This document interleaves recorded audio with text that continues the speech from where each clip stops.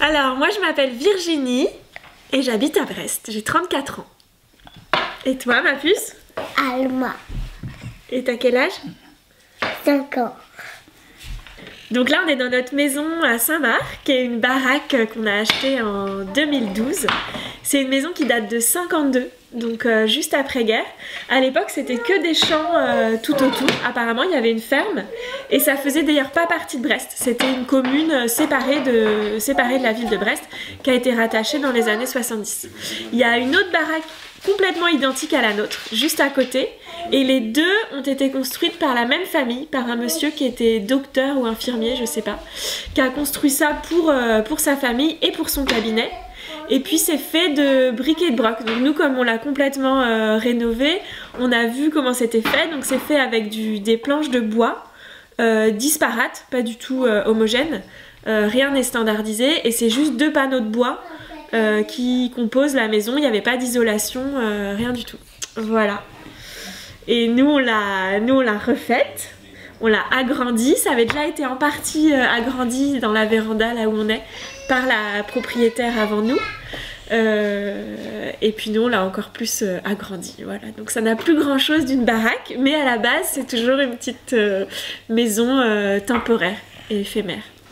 Nous on a choisi cette maison déjà pour l'endroit parce qu'elle est dans un petit cocon de verdure au bout d'une impasse dans un quartier qu'on aimait bien. Et puis aussi je crois c'est le côté temporaire, éphémère. Moi je crois que ça me plaît de me dire que ma maison elle porte pas le poids d'une histoire qui me dépasse complètement. Qu'en fait je peux remonter le fil de son histoire pas si loin. Mais en même temps elle a une histoire, elle est pas neuve, on n'aurait jamais acheté une maison neuve.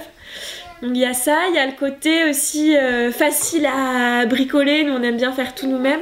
Et une maison en bois, ça a l'avantage de se dire on peut ouvrir une fenêtre, en fermer une autre, déplacer une cloison, enfin c'est hyper simple et voilà, comme une voiture ancienne qu'on peut bricoler soi-même, la maison en bois ça a ce côté fragile et léger et du coup maniable et abordable avec juste ses mains. Voilà.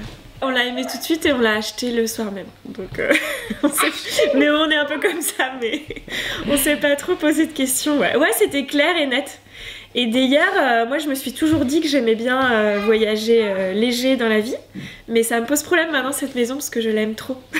Donc je me dis mince, j'ai du mal à m'imaginer vivre ailleurs parce qu'en fait, le fait qu'elle soit... en bois, qu'elle ait cette histoire de maison temporaire, éphémère, construite dans l'urgence. Je sais pas, elle raconte quelque chose à la fois de la ville de Brest. Moi je suis pas originaire de Brest, donc ça me plaît aussi de m'inscrire dans cette histoire. Et elle raconte aussi, enfin elle me parle en tout cas. Qu'est-ce qui te plaît dans cette maison? Souvent tu dis que tu voudrais jamais déménager, alors moi ça m'angoisse un peu. Mais pourquoi tu dis ça? J'aime bien ma chambre. T'aimes bien ta chambre. C'est une maison qui a été choyée, transformée avant qu'on arrive, et notamment le jardin, parce que c'était une dame qui adorait le jardinage.